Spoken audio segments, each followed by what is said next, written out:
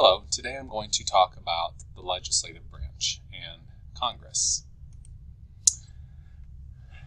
Congress is made up of two houses, which it is bicameral, bi meaning two, cameral houses. There is the House of Representatives and the Senate. First, we're going to talk about the House of Representatives. Currently in the House of Representatives, there are 435 members. If you want to be a House member, you must be 25 years old, reside in the district in which you're running in, and be a citizen of the state that you represent. House members are elected every 2 years. The Constitution requires that all members represent their constituents in a single member voting district with equal populations, which means that after a census, districts may have to be redrawn so that we have equal populations. The incumbency re-election rate is about 90%. So if you're a current member in the House of Representatives and you're running again 2 years later, then chances are very high that you will get re-elected. The Senate, on the other hand, consists of 100 members, 2 from every state. You have to be 30 years old. You have to be a citizen of the state that you represent. U.S. senators are elected every 6 years, with a third of them being up for re-election every 2 years. So every 2 years you have a third, and then 2 years later you have the second third, and then 2 years later you have the third third. Senate races are generally more competitive since there's far fewer senators. That means that a Senate race, you might have more high-profile elections, and therefore their incumbency advantage is not as high. The re-election rate is usually between 60 and 70%. As I was saying earlier, a census is every 10 years. It's used to determine the population. After the census, there is redistricting, which means that you have to redraw the district lines. This is done by state legislatures. Gerrymandering is when it's done in a way that is biased towards one party. Reapportionment is when a state gains or loses seats. In the last census, Ohio's population, I think it dropped a little bit, or it might have remained the same, which wasn't high enough for it to continue to hold on to the 20 seats that it currently had. So it lost 2 seats. That means another state gained those 2 seats, or it might have been split between 2 states. As states' populations increase faster than the national average, they gain seats, and as they lose population or remains the same or lose them faster than the average state, then they may lose seats. And when that's done, you have reapportionment. The South has gained more seats. The South and the West have gained more seats, and the Northeast has started to lose more seats. And suburban areas have also gained more seats at the expense of rural and urban areas. All right, congressional powers. Expressed powers are powers that are actually written in the Constitution. Some examples of that would be taxing, borrowing money, regulating commerce, raising an army, etc.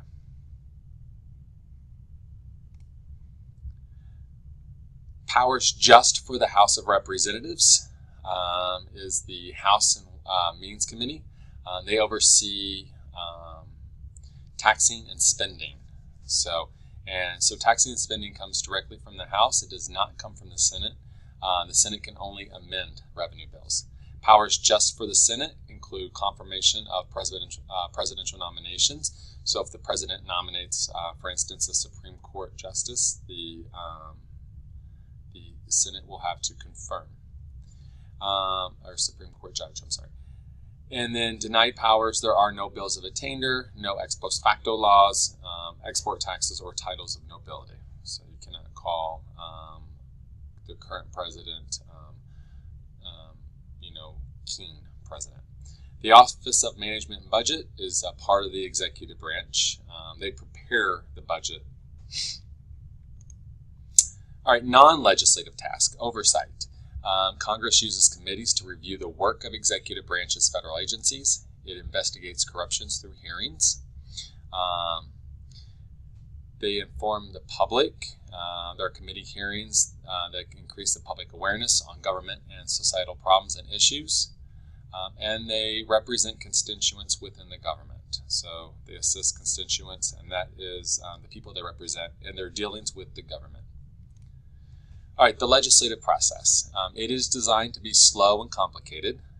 This is done on purpose to prevent the government, to prevent Congress from acting hastily, and it encourages compromise. Bills can be proposed in either the House of Representatives or the Senate, but a member of Congress must propose it. Now, you can write your Congress a letter, and then they can use that to propose a bill, but they have to propose the bill. In the end, it must be passed in both houses exactly the same. There are two different methods of procedures in the two houses of Congress, but when it comes down to it, the final bill has to be the exact same bill. All right, lawmaking in the House of Representatives. As I said, there are 435 members, so the process of debate is limited. Therefore, there's a Rules Committee, which you will not find in the Senate because there is no time limit on debate, which sets how long a bill will be debated and whether to allow an open or closed rule for amendments. So if it's open, you can amend it. If it's closed, there's no amendments. If amendments are allowed, they must be germane, which means they must be directly related to the topic of the bill. If a committee refuses to take action on a bill, then it's pigeonholed, so it's stuck in committee. This can happen in both the House and the Senate. In the House, a member can propose a discharge petition where they need a majority, which is 218 signatures, to bring the pigeonholed bill to a vote on the House floor. In the Senate, there is no Rules Committee. There's only 100 members. There's no time limit on debate. You can actually have a filibuster where a senator speaks with no intention of stopping. They want to delay a vote on a bill. Since there's no time limit, they can continue to speak and therefore not bring the bill up to be voted on. Although this can be stopped with a cloture, so that cuts off debate. It takes 60 votes, 3/5 of the Senate, in order to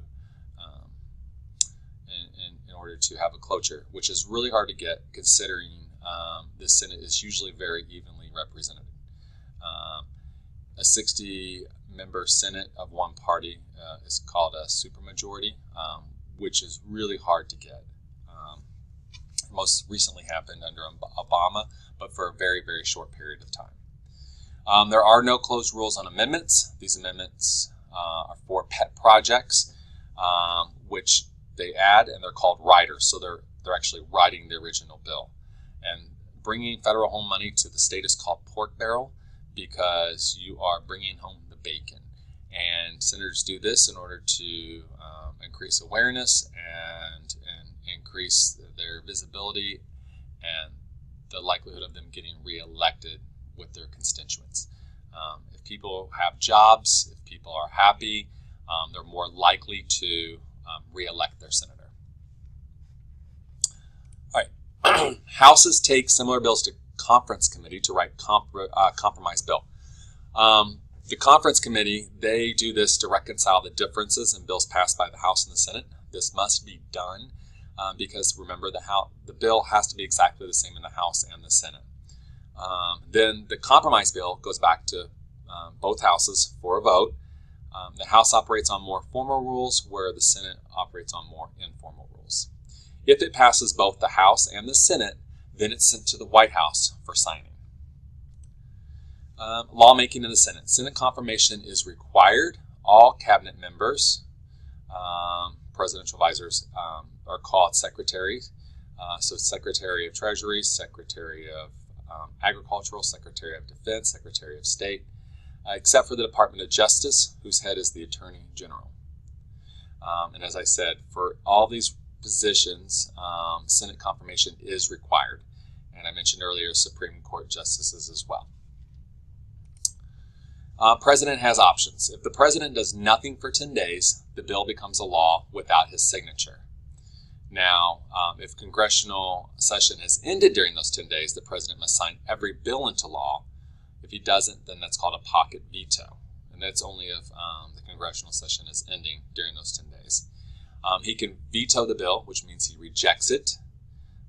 He can just outright reject it with no reason why, or he can make suggestions for Congress to consider so that he will actually sign the bill. Or he can just straight up sign it into law. Now, if he does veto it, the House and the Senate can override the veto with 2/3 vote, but that is 2/3 vote in the House and 2/3 vote in the Senate. Line item veto.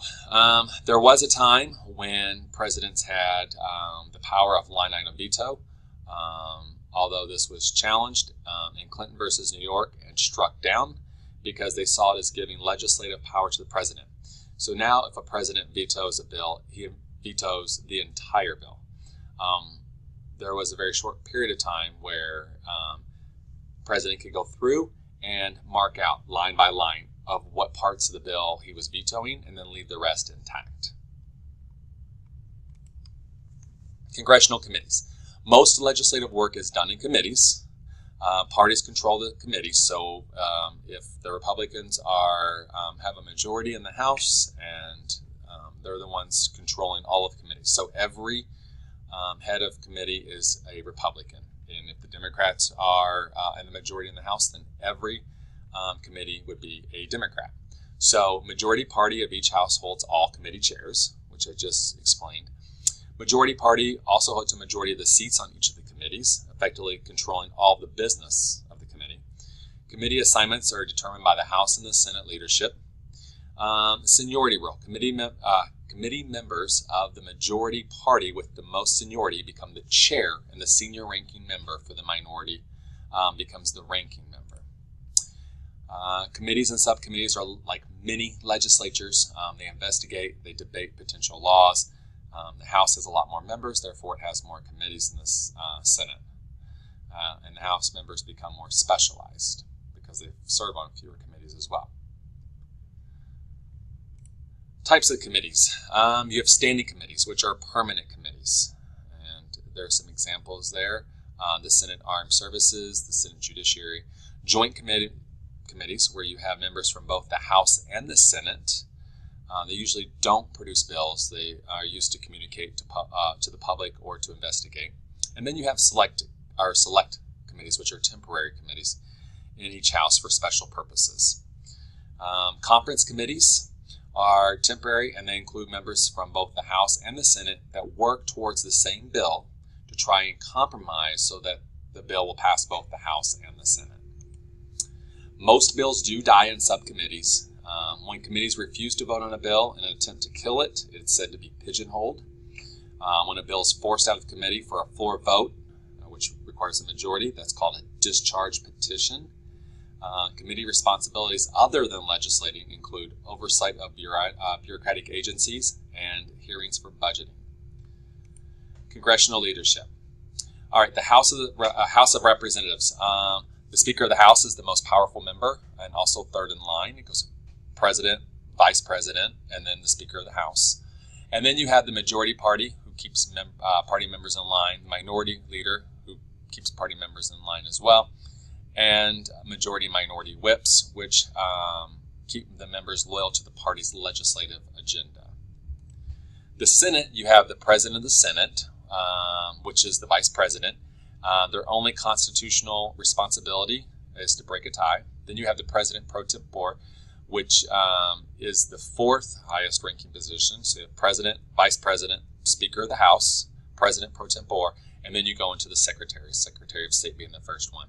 And then you have the Majority Leader and Minority Leader. The Majority Leader in the Senate has the real power. They control the legislative agenda, and they act as a power broker and policy initiator. So why do congressmen and women vote the way they vote? Who pressures them? The most important is party. They vote along party lines. They vote based on their fellow congressmen and women. They vote, quid pro quo with the president. I'll help you, you help me.